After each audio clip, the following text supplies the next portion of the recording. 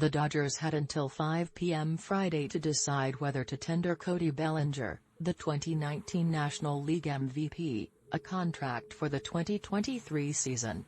It shouldn't have been much of a decision. Bellinger won that MVP award, solidifying his standing as a superstar, 3 years ago this week. He is 27 years old. This is the physical prime of his career. Choosing to keep him should have been a formality.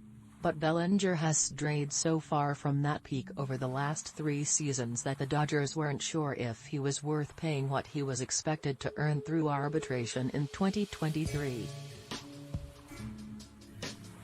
In the end, the Dodgers decided Bellinger, hampered by injuries the last 2 years, strayed too far off and didn't tender him a contract for next season, making him a free agent. The club also did not tender contracts to outfielder Luke Williams and infielder Edwin Ríos. Obviously, it's been a unique path for Cody as he's battled through injuries and worked diligently over the past few years to return to his all-star caliber performance, Dodgers president of baseball Opare. However, it hasn't played out as we all would have hoped or expected, and therefore, we had to make the difficult decision to non-tendering.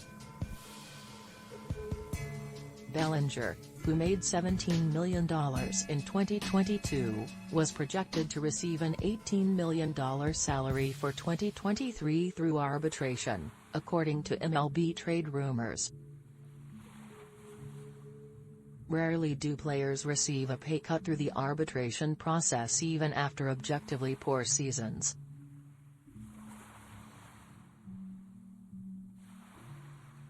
Friedman, who acknowledged the $233 million competitive balance tax threshold was a factor in the decision, confirmed the Dodgers will pursue resigning Bellinger.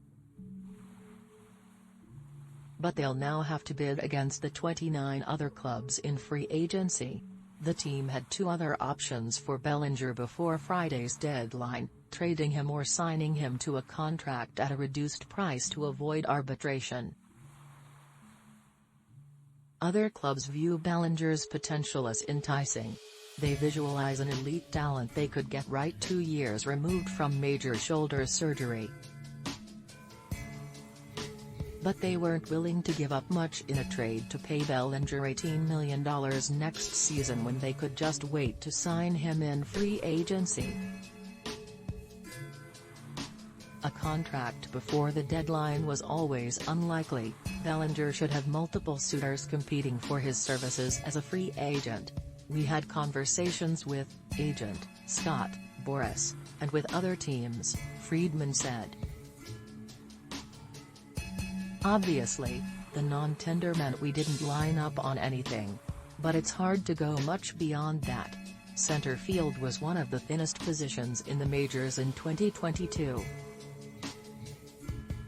Remove Aaron Judge, who only played center field for the New York Yankees out of necessity and likely will return to right field next season, and Brandon Nimmo's 5.